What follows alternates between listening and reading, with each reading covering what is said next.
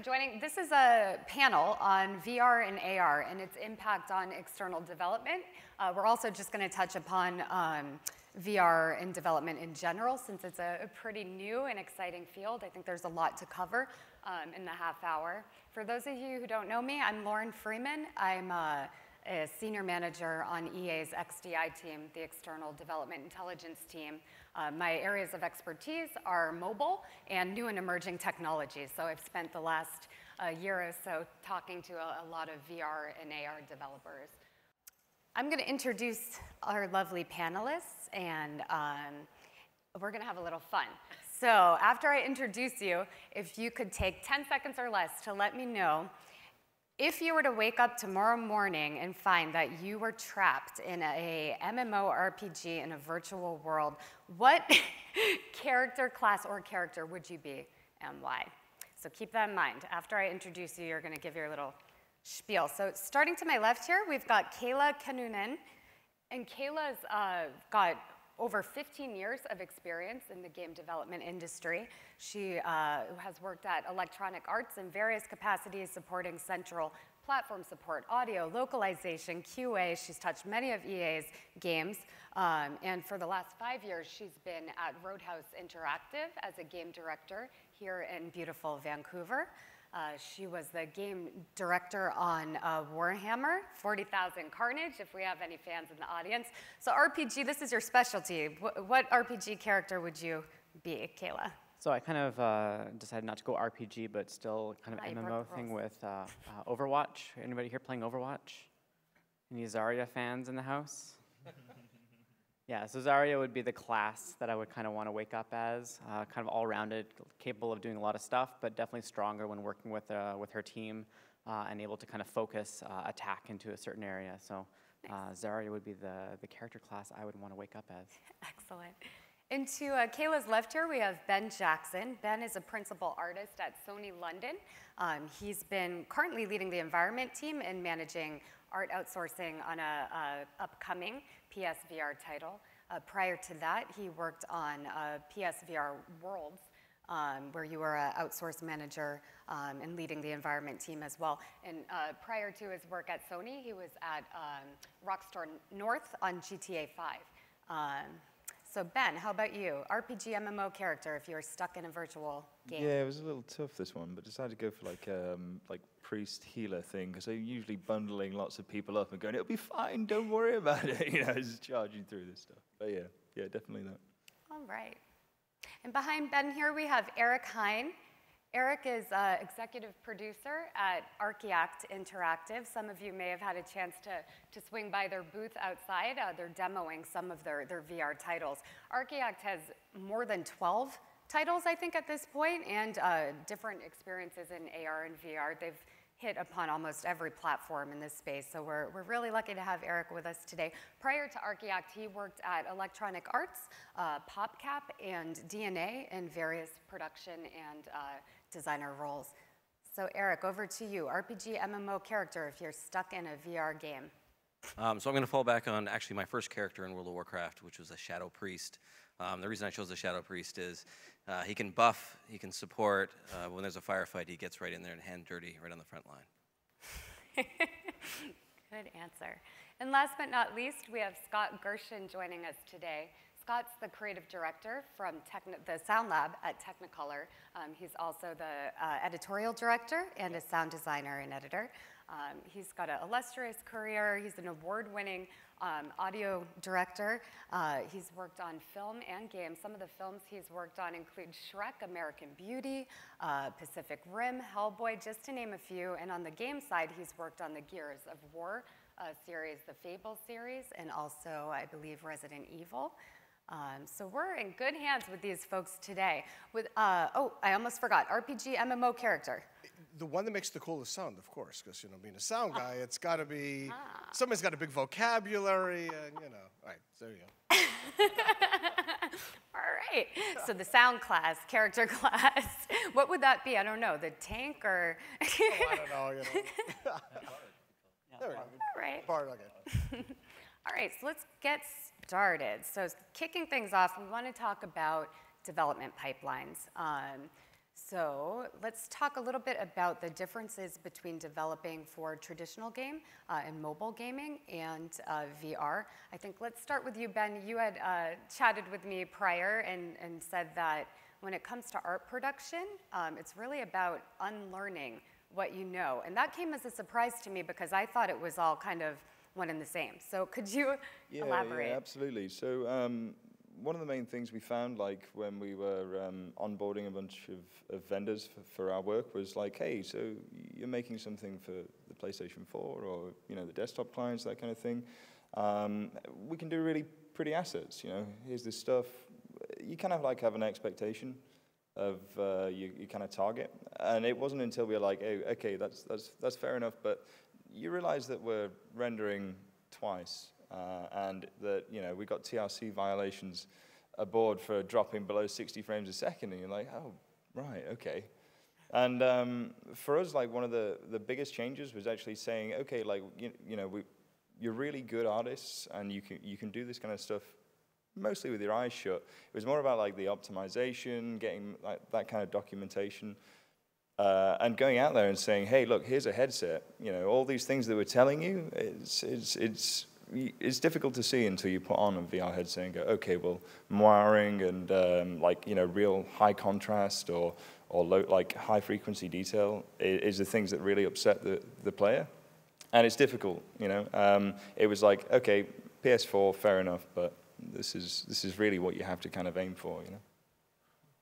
Great. Maybe, Scott, can you elaborate from the audio perspective? What are you seeing in terms of differences in working in audio for VR? I think that it depends on when you talk about games, if it's in a stereo field or in a multi-channel field. Mm-hmm. Because the thing is, one of the things that audio helps within gaming is to give you information. Mm-hmm. If an enemy's behind you, something that you need to do to make strategic decisions within the gameplay. I think that and then we start using headsets. The first thing we lose is sub, so we don't have any low end if we're headphone based. The multi-channel, you have to then talk about which kind of binaural renderer and what kind of 3D audio you're going to be able to use to see how efficient it's going to be spatially. Mm-hmm. Also, because you're using headphones, you get to hear more than you've ever heard. So we have to then decide not as much what we want to put in, but what we don't want to put in. Mm. So a lot of times there's a lot of things happening, but the question is, what do I need the player to know? What do I want them to understand? And in VR, where there's so many things that are happening, that it's not much different. It's just the selection and how you want to help gameplay. Mm-hmm. So are you finding that using audio as a cue to drive the player's attention is something that you're...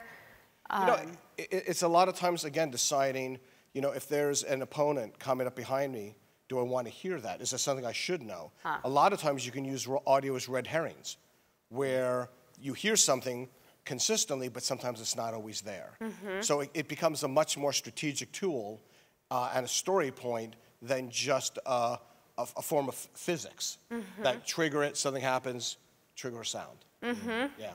Great. Yeah, absolutely. We found the binaural audio stuff to be really effective. Absolutely. It sounds like a cheap trick, but we had one of our London heist things, where we've got a van going down the motorway, and one of the coolest things was to have the engine sounds and the gunshots and stuff, and you could actually tell where you're getting shot from, and it's a small thing, but it works so well because you don't just hear gunfire, you hear gunfire coming from your left or behind you, in front of you, and you're ducking out. And one thing that's also that 5.1 doesn't do is now you've got height, in theory. So in other words, you can have the goggles and something could be above you or below you. So all of a sudden you can hear a gun cock, it's above you, you've got to get out of the way because you now have an audio hint that somebody's taking aim on you, if it's that kind of game. Awesome. Cool. And Kayla or Eric, do you want to expand upon this topic from the production perspective? Maybe we can talk a little bit about design, the difference in designing for a VR game, or if you want, maybe elaborate on production, if the production cycles are longer. You go first. Okay, so from a design perspective, first thing to keep in mind is health and safety. With VR, you actually are in control of whether or not their player gets sick. So the hardware is at a point right now where VR sickness is not a hardware issue. If a player is getting sick, that is due to you as a developer making a bad mistake. And that is either you're not hitting performance targets, as Ben was talking about, or you're doing something with your locomotion or your camera that's causing players to get ill. And unfortunately, a lot of traditional game design is built around locomotion and built around movement. And so just trying to port an existing console game to VR doesn't work because you're likely just going to get people a whole bunch of sick, which is a lot of AAA developers saw that at E3 this year. So you really have to think about game design in a completely different way when you're looking at VR. For the first time, you're actually building a space that your players are going to exist within. And so you have to make that space welcoming, comforting. You actually almost got to pull in some like architectural design or even industrial design to help a player kind of figure out and make sense of their space and figure out what they need to do. Yeah. I'd add to that in pre-production now, you're probably going to spend a lot of time up front trying to find the fun. And actually, a lot of your planning just goes out the window until you find that. So you probably don't want to put a lot of time into the planning. You want to sit down and empower your developers to sit down and find that fun. And that fun is like mechanics and controls and the user experience up front. You need to find what works on the platform. You know, on mobile, everyone talked about mobile first, design for mobile first. What controls work really well there. It's the same with VR. And in VR, it can be a lot more complicated because sometimes you have other issues like, you know, we're finding that height might actually be a factor in certain experiences. And you wouldn't normally have that problem in a lot of games, but, you know, a really tall person, a real short person, that won't work for. Or left hand versus right hand can sometimes be a bit of an issue. But you really shouldn't move forward until you found that fun, because that fun might actually shift the direction of your entire project. It may mean that you actually shift your focus or your scope in entirely different directions that you weren't planning on doing that. And that's what you need to maximize in this early stages of VR. It's got to be fun. People have to want to show it off. And it doesn't have to be complicated. It's got to be simple. And Eric, you had mentioned to me the possibility of, since this is an external development conference, the possibility of reviewing with your external partners. I believe you meant in VR itself. Could you enlighten us? So this is a little bit more forward thinking. Like, we're not at this stage quite yet, although there are ways around it. In the future, you've got the idea of the virtual office. And so at some stage, and you know, it's starting to get there with Steam, there's some stuff you can do there. You'll be able to sit inside a virtual office and put on your headset and look next to you, and there will be another person somewhere else in the world with their screen in front of them, and you'll be able to collaborate and look over what you guys are building, pull it off that screen and actually have it in front of you, actually in virtual space, look over it together and collaborate, and you could be on opposite ends of the country or opposite ends of the world. So the idea of the virtual office is actually taking away this whole, everyone has to be in the same office space, and it's a lot easier to work from remote locations. This is still a little further down. I mean, it could be as early as 2 years from now, it could be as far as 5 years from now, but it's coming, and it's something to keep an eye on. Great. So we've touched a little bit about the development pipeline. Let's talk about platform strategies themselves. So right now we've got just a wealth of different devices out there on the market, right? We've got our HTC Vives, Oculus, HoloLens, PSVR. Ben, we know you're a little partial, but that's okay. We forgive you. And then on the mobile side, the Google Cardboard, Samsung VR. I mean, the list is growing every day. So let's start with you, Eric. What is your platform strategy? How do you go about approaching platform from a business perspective, and maybe give our audience members some takeaways if they're interested in starting to develop for VR or AR? So right now, most of you understand that the platforms are very fragmented. I mean, there's a lot of platforms out there. You've heard of the major ones, Sony, Oculus, HTC Vive.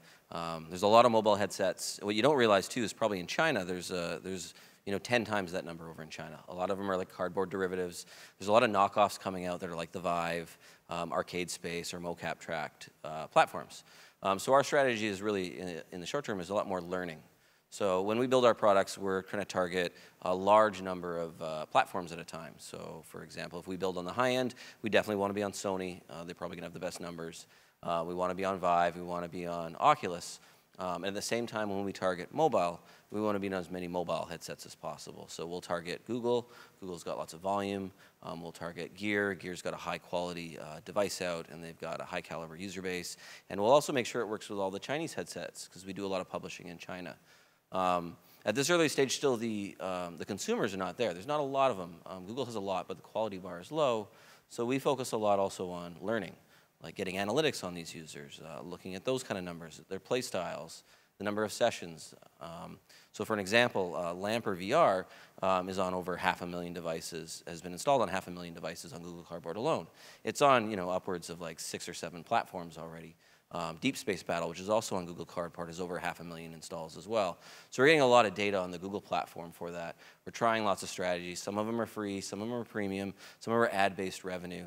And we're learning on all those platforms because we want to bring this ahead so when we are ready and the consumer does enter all these platforms, we have the most knowledge that we can and we can make the right decisions at this stage. Mm-hmm. So there was a recent VRDC survey that said 78% of developers are trying to target a bunch of platforms, and it's kind of, you know, taking a approach of being more platform agnostic. How is that impacting development? I guess maybe, Ben, this is a question for you.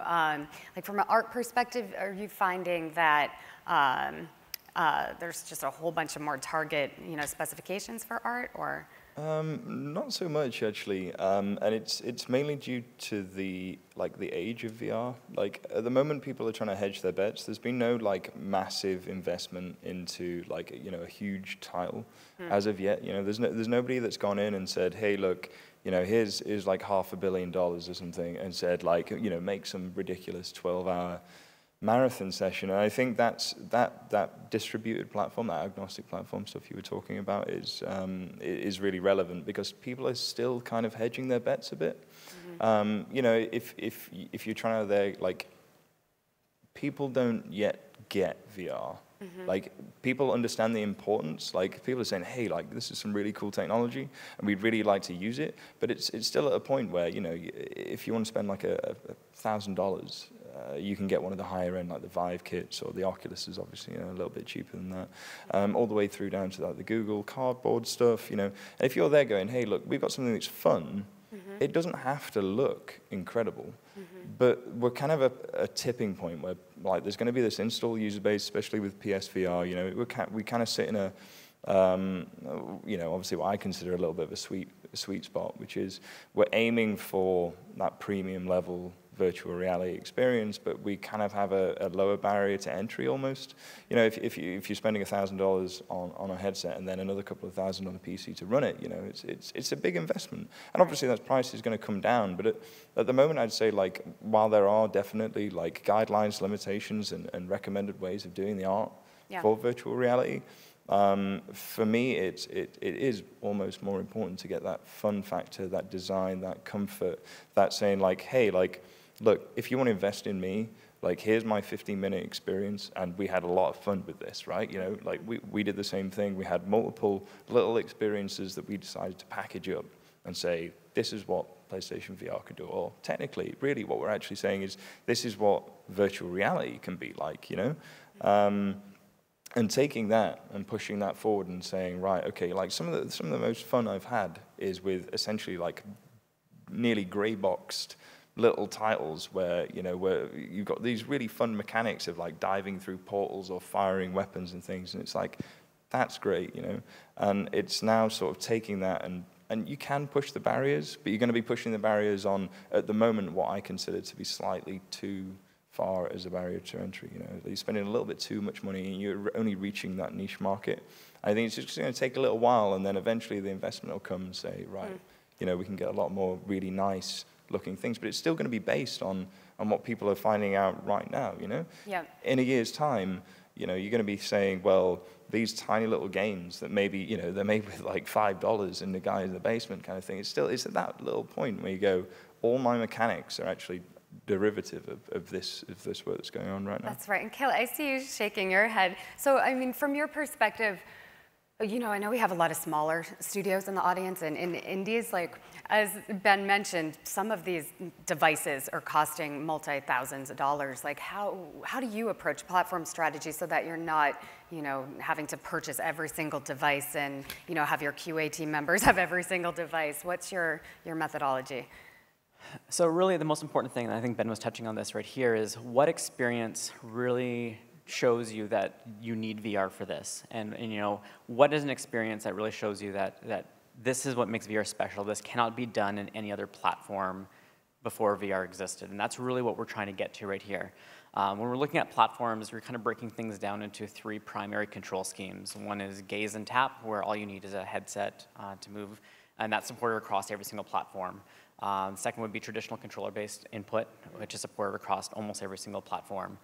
But really the most interesting one that I find is the full motion controller-based input scheme. And that's supported across the PSVR and Move, the Oculus Rift plus Touch, and the Vive right now. And that's really where I see VR as a starting place. I often say that the Vive right now is the only shipping VR product that I consider minimum viable VR. And so when I look for, if you're trying to build a VR experience, there's 2 questions you want to ask yourself. One is, how many people do I need to have that sees this over the next year? And if you need that to be a large number of users, then perhaps you want to target mobile, because you have millions of users on Gear VR, you have millions of users on Cardboard, and you'll have millions of users on Daydream Google next year. But if you want to build something that will have the largest addressable market in the future, you're probably looking at building a VR experience that uses motion controllers. And so you're probably targeting PSVR, you're probably targeting Rift, you're probably targeting Vive, because the reality is mobile is heading that way as well. And hardware will catch up to where Vive is today. And if you build an experience for the high-end today, that will actually probably allow that experience to be more relevant 5 years down in the future. Whereas I see traditional controllers and I see gaze and tap control schemes as a bit of a dead end in VR right now. So if possible, I'd say target the high end right now. And Scott, did you have anything to add to platform? Are you seeing anything on the audio side? Do you have, like, what's your audio team? Are you know, I live in the crossroads crossroads of 2 worlds. I live in the gaming side, and let's just call it the linear side. And the game side, I mean, it's a little more straightforward. We always have object-oriented sound. We trigger mobile. We have memory issues and streaming issues. But it seems like I can have a conversation and problem solve with the gaming clients that we work with in a way that allows us to move relatively quickly and in a place that's somewhat familiar. When I start getting into the Hollywood group, everybody's very excited about VR. You say the word VR, and everybody starts, yes, we want to be part of it.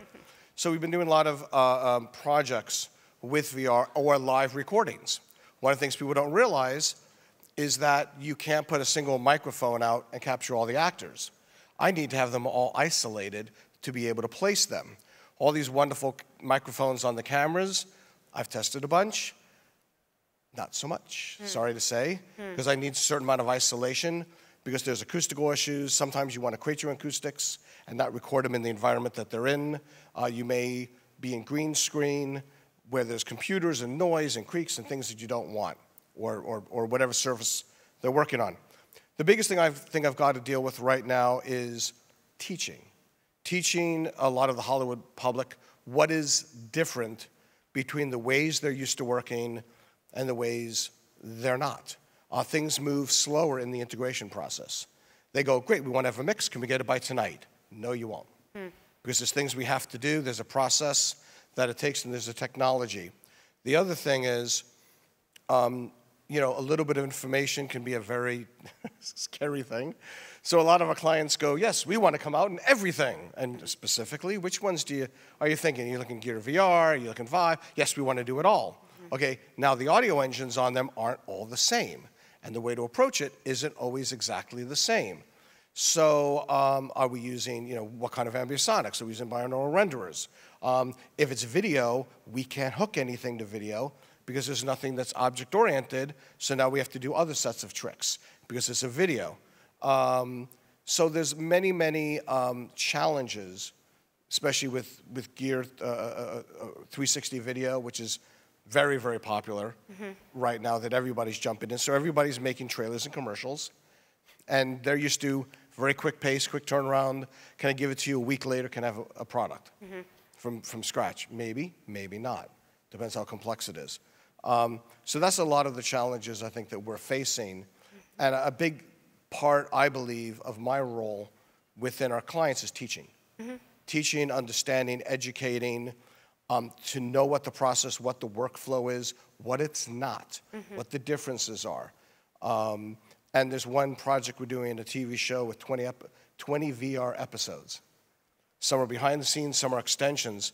And it's great. They at least came to it, said, we know what we're doing. We're going to try all the cameras, and let's work together to figure out how to do this. So at least the first 3 of them went a little, a little interesting. And little by little, we're solving the problems. They're starting to understand the language, and we're now starting to move faster and faster. We can anticipate each other. And, the 4th one now, all of a sudden, it's starting to move. And I'm not even sure the first 3 will ever air. But, so there you go. That's great. That's a great segue, because I wanted to talk a bit. I mean, I know we have a lot of teams in the audience who are maybe offering VR development as a service, or are hoping to get into VR as an artist, or maybe even on the audio side. So the one thing that's been like immediately apparent to me when approaching VR and AR teams is how willing they are to share information. It's just awesome because it's such a fledgling technology. Everybody's sharing information, and they're a lot more open to discussion. So I don't know if one of you want to take the topic of what are some best practices for folks in the audience if they're looking to get into VR and AR. Build something and show it to lots and lots and lots of people. So use an engine that exists, so Unity or Unreal. Don't spend any time with your own engine. And build something really rapidly. You can prototype very quickly. Get into the community boards out there. So the Steam boards have a great community. There's a lot of Slack groups for VR developers right now, and everybody is always sharing stuff. Just get the stuff you're building in front of everyone, and you'll get lots of feedback from the community, and you can just build on that. Great. How about you, Ben? When looking at art, is there something that you're really kind of honing in on? Yeah, I mean, you've got the standard, like, a portfolio should still be a portfolio. Like, when I'm onboarding people and they say, like, hey, look, this is what we can do, you still want to be, like, wowed by the stuff you see.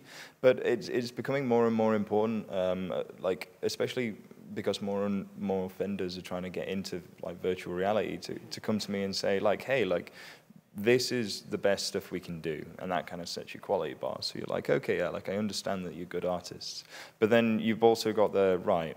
Now this is our optimized assets, and this is the stuff that we've changed and adapted for the platform, because you need a large degree of flexibility, and possibly with sort of the more desktop oriented stuff where you're pushing a lot more pixels and going right. Fair enough, like, we can do these really beautiful things, but you need to be able to say, right, I'm actually doing quite a large VR scene, and that has to be exceptionally optimized. And saying, like, okay, well, the problem with VR is that if you pick something up and you can bring it really close to your face and go, okay, that looks really, really nice, but you have to also be like, well, I'm in a room, or I'm in a, we've done some particularly large tests where we're in, like, a big space, like a really big space.